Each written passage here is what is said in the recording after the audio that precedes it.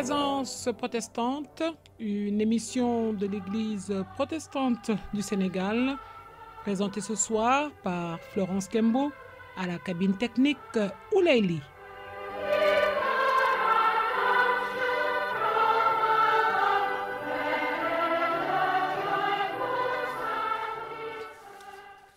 Quand j'ai la tête pleine de soucis, tu m'encourages et mon cœur est tout joyeux. Chers frères et sœurs en Christ, amis du bout des ondes, c'est à travers ce verset biblique tiré du psaume 94, verset 19, que nous vous saluons dans le beau et précieux nom de notre Seigneur et Sauveur Jésus-Christ en ce mercredi 25 mars 2020. Présence protestante a la joie d'accueillir dans ce studio ce soir le révérend Emmanuel Nda, secrétaire synodal de l'Église protestante du Sénégal. Révérend, bonsoir. Florence, bonsoir. Amis auditeurs et auditrices de la RSI, bonsoir. Alors, au programme de cette émission, vous aurez l'exhortation du jour qui a pour thème la repentance avec notre invité, des chants de louanges et nous terminerons par la prière.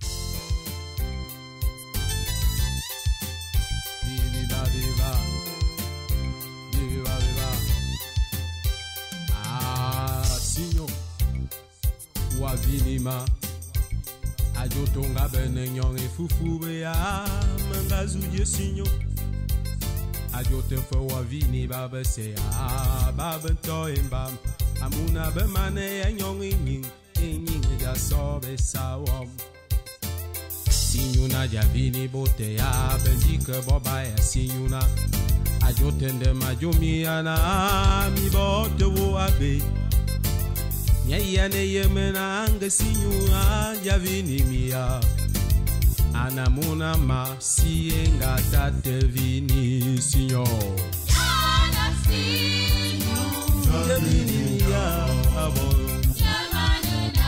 Yamanena Yana milo Ayaya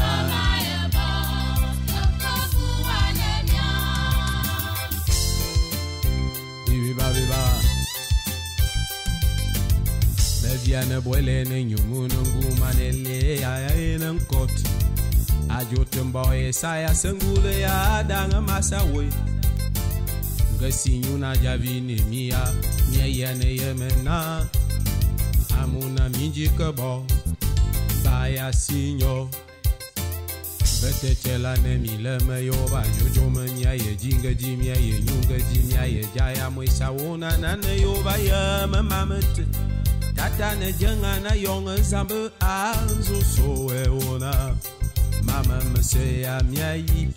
C'est le moment d'écouter l'exhortation du jour qui a pour thème la repentance avec notre invité, le révérend Emmanuel Nda, secrétaire synodal de l'Église protestante du Sénégal. Florence, merci. En ces temps, nous voyons qu'à travers le monde, à cause de la pandémie à coronavirus, la pandémie au Covid-19, un mouvement général religieux a cours. Et beaucoup disent que Dieu est fâché et que donc l'homme doit se repentir et retourner à Dieu. Nous avons donc choisi de faire un petit enseignement sur la repentance. Qu'en est-il de la repentance ? Et c'est vraiment d'actualité. Voyez-vous, chez l'homme, la repentance est un changement de disposition envers Dieu. Mais ce changement est amené par un retour sur lui-même et le jugement douloureux qu'il porte sur son péché. Il comprend que sa conduite a offensé un Dieu d'amour qui lui voulait du bien et qui peut-être lui en veut maintenant. Ce sentiment, produit par la foi, accompagne la conversion. Le pécheur se retourne vers Dieu, va à lui en confessant son état et, se trouvant en sa présence, découvre que cet amour qu'il osait à peine entrevoir dépasse toutes ses pensées et toute son attente.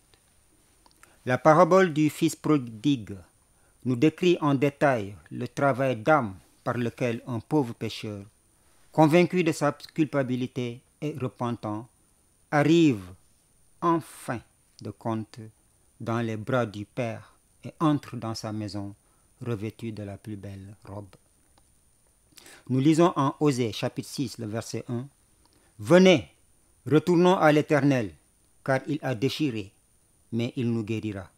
Il a frappé, mais il bandera nos plaies. » Pour l'homme, l'appel à se repentir s'exprime par un mot fort qui signifie donc retourner à Dieu.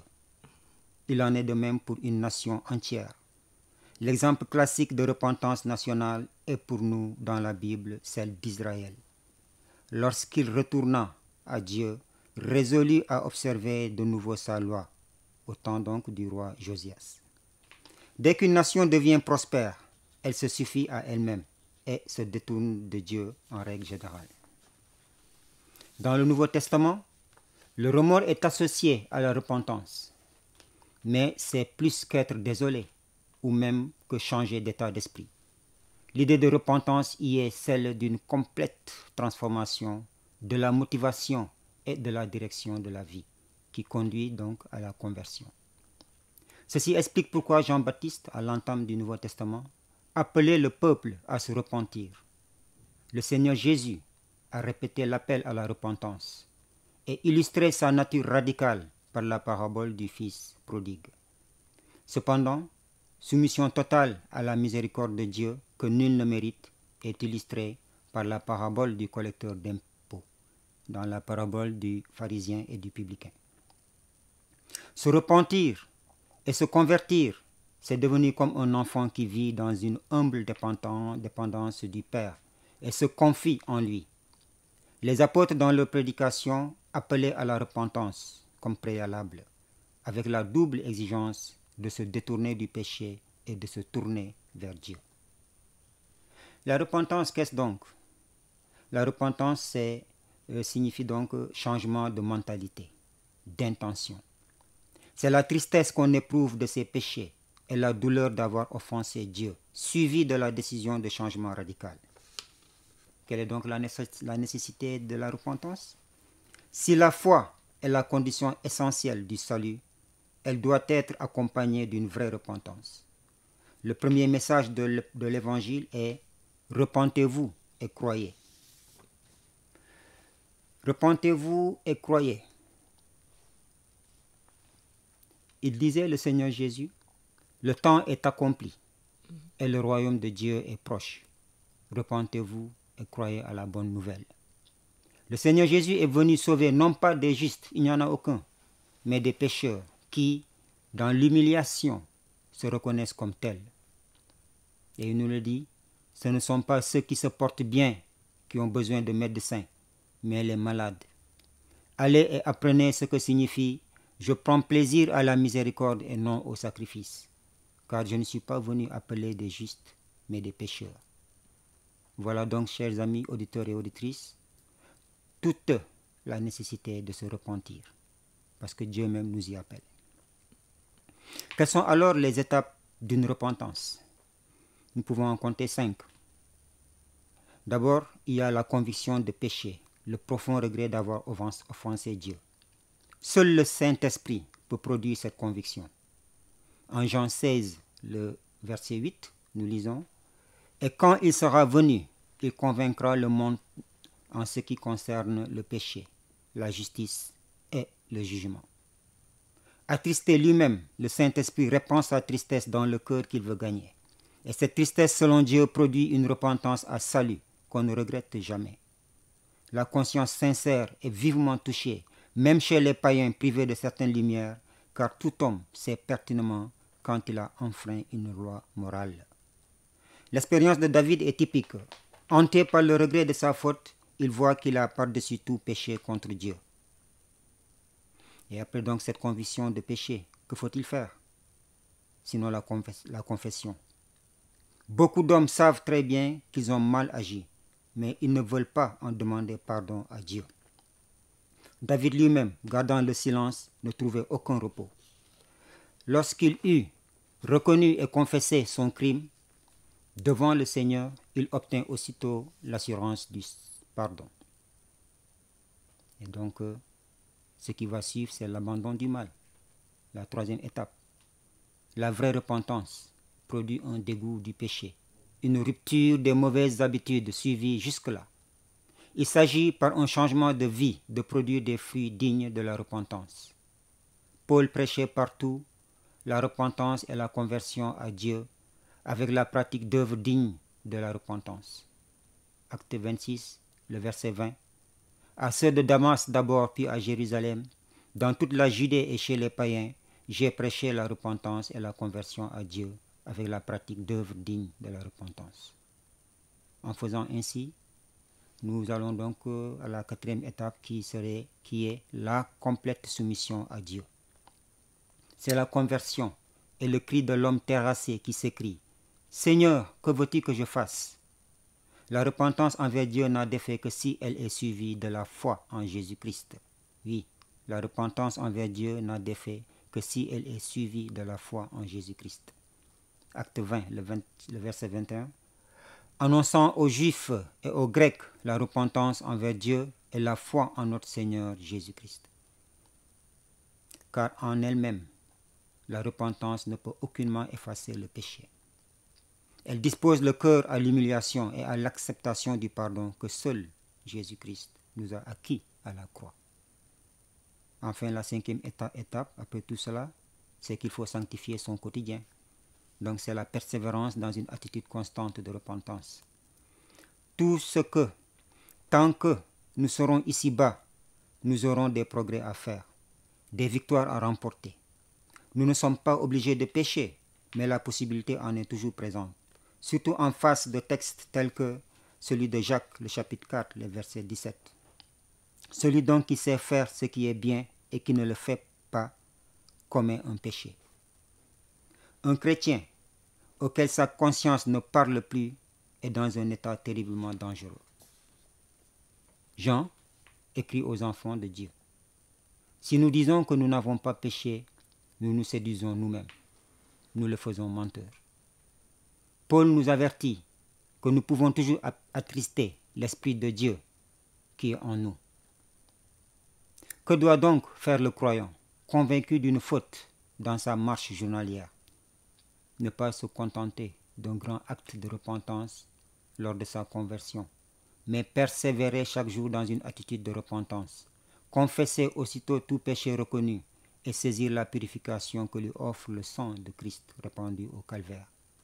Il connaîtra la marche dans la lumière dont parle Jean, et la puissance du Saint-Esprit le fera progresser chaque jour sur la voie de la sanctification.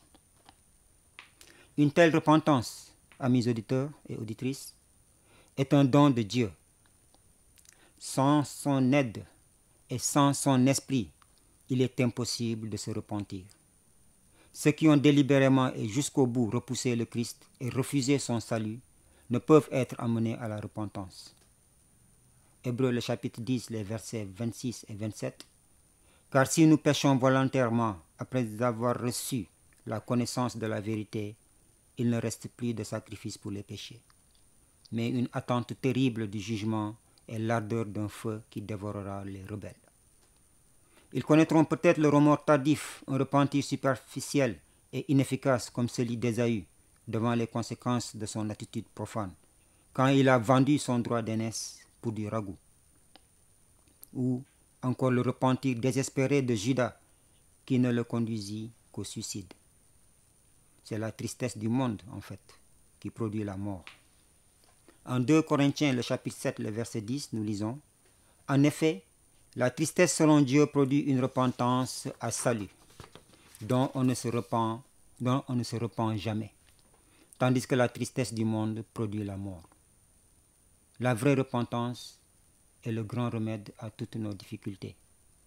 Car dans nos vies, il n'y a qu'un seul vrai problème, le péché. L'appel que Dieu adresse au monde comme à l'Église est toujours « Repens-toi ». Il nous donne du temps pour que nous puissions le faire. Il nous assure que la repentance détournera le châtiment, car dans sa miséricorde, il ne peut résister à qui s'écrie humblement « Sois apaisé envers moi, qui suis un pauvre pécheur. » Aujourd'hui, à cause de la pandémie du Covid-19, le monde entier tremble et il surgit ça et là des lectures superstitieuses des événements qui ont cours ou des analyses de la situation qui prédisent un changement dans la gestion des sociétés. Mais le vrai changement radical, l'on n'en parle pas vraiment. Le vrai changement dans la gestion des sociétés est celle que Dieu nous enjoint en Genèse chapitre 2 verset 15. L'Éternel Dieu prit l'homme et le plaça dans le jardin d'Éden pour le cultiver et pour le garder. Quelle culture et quelle garde faisons-nous de la terre aujourd'hui? Comment sont traités les animaux et les plantes? Comment l'homme traite-t-il son prochain dans cette mince enveloppe d'air qu'est ce grain de sable de terre dans l'infini de l'univers? Revenons à l'Éternel, notre Dieu, l'Éternel des armées, créateur de toutes choses, et qui donc peut utiliser toutes choses contre l'homme rebelle. Que Dieu, dans sa miséricorde et dans sa grâce, en le Christ Jésus, nous accorde le salut dans les épreuves de ces temps mauvais. Amen. Amen. Honore ton père et ta mère. C'est ainsi que tu vivras longtemps sur terre. La bénédiction, elle coule. Il y a beaucoup de bénédictions pour ceux-là qui appliquent leur cœur à la sagesse. Il ne sert à rien ce conflit de génération. On aimerait rester jeune, pourtant les jeunes doivent être bien sages. Ça n'empêche pas que ton cœur soit heureux. Ça n'empêche pas que tu vives dans ta jeunesse. Il y a des bénédictions, surtout c'est la promesse. Il y a des bénédictions, il tient toujours à ses promesses. Il y a des bénédictions, surtout c'est la promesse. Il y a des bénédictions, tu vivras longtemps.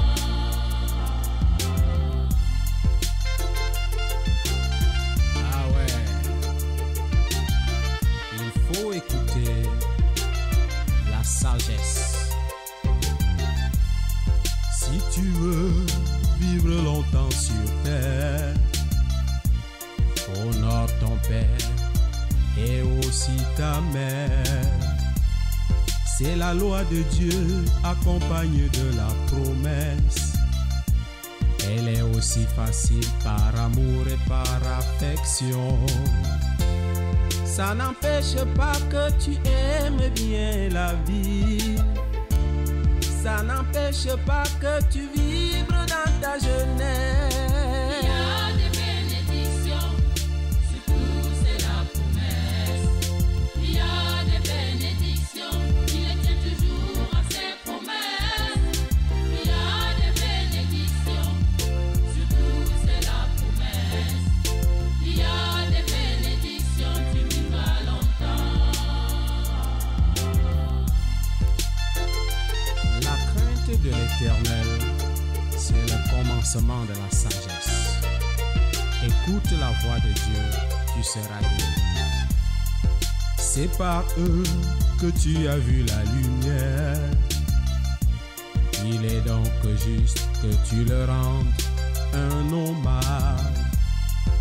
Je t'aime papa, oh je t'adore ma maman.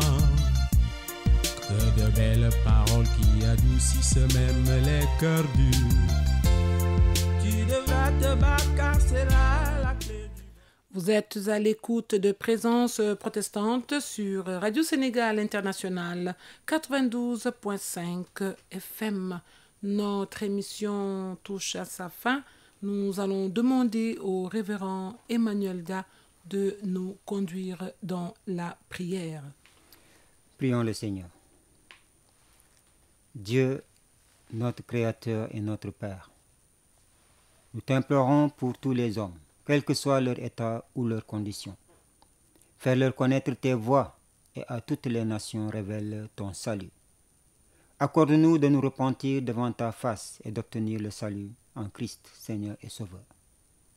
Nous nous plaçons sous ton regard protecteur, afin que tu nous conduises pour une vie qui te soit agréable dans nos relations familiales, sociales, professionnelles et fraternelles, mais également dans nos relations avec la création et dans nos relations entre nations. En ces moments de trouble et d'épreuve, nous te prions de garder nos familles dans ton amour et de pourvoir à leurs besoins de sorte qu'elles ne manquent de rien et obtiennent guérison et paix en le Seigneur Jésus-Christ. Souviens-toi, Seigneur, de nos gouvernants et de tous ceux et toutes celles qui sont élevés en dignité.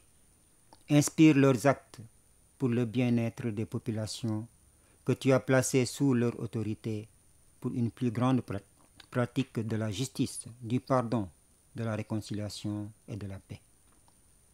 Pour tous les pays, nous prions pour que ton Esprit Saint illumine de sagesse les chefs des nations, les responsables politico-administratifs, les acteurs socio-économiques, ainsi que les populations, dans une riposte saine à la pandémie Covid-19. Soutiens notre chef de l'État, Macky Sall, et son gouvernement en sagesse, en intelligence et en discernement dans les mesures prises pour le salut du Sénégal et de ses hôtes face à la pandémie. Par ton Esprit Saint, Seigneur, guide-nous dans l'administration et la gestion holistique de la terre et des hommes. Nous te le demandons, Père tout bon et tout miséricordieux, humblement au nom de notre Seigneur et Sauveur Jésus-Christ, qui nous recommande de te prier ainsi. Notre Père, qui es aux cieux, que ton nom soit sanctifié, que ton règne vienne, que ta volonté soit faite sur la terre comme au ciel. Donne-nous aujourd'hui notre pain de ce jour. Pardonne-nous nos offenses, comme nous pardonnons nous aussi à ceux qui nous ont offensés. Et ne nous soumets pas à la tentation, mais délivre-nous du mal, car c'est à toi qu'appartiennent le règne, la puissance et la gloire pour les siècles des siècles. Amen. Amen. C'est la fin de notre émission. Merci de l'avoir suivi. Merci à Ouli Matali pour la partie technique. Merci à notre invité, le révérend Emmanuel Za, secrétaire synodal de l'Église protestante du Sénégal. Florence Kembo à la présentation. Rendez-vous dimanche prochain pour la retransmission du culte en direct de la Radio Sénégal Internationale 92.5 FM dès 10h. Bon temps de carême à tous nos amis chrétiens. Et on l'appellera le lion de la tribu de Juda.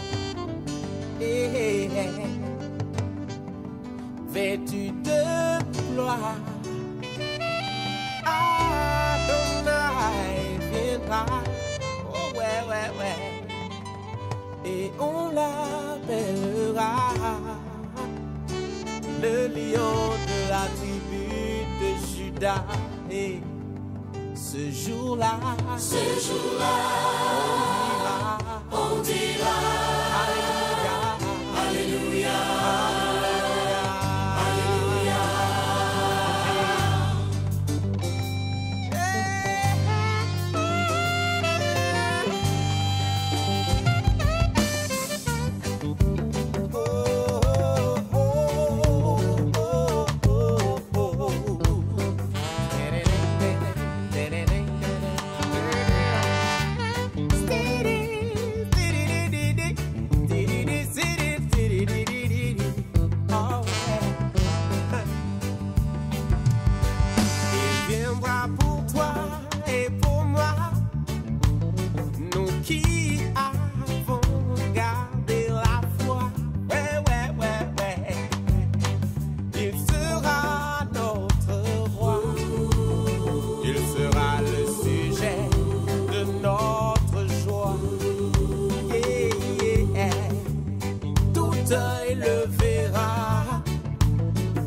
Toute langue le confessera.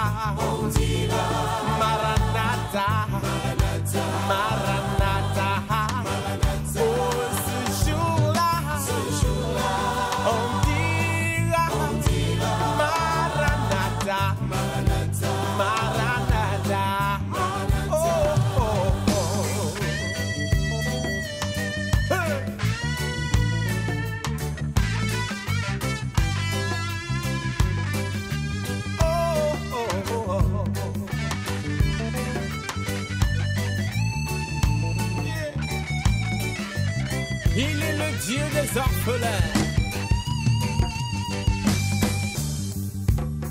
Nul ne sait le jour ni l'heure, mais le maître arrive, Jesus. Et les signes sont évidents. Prépare-toi à la rencontre de ton maître. Si tu m'entends, chante avec moi ce chant.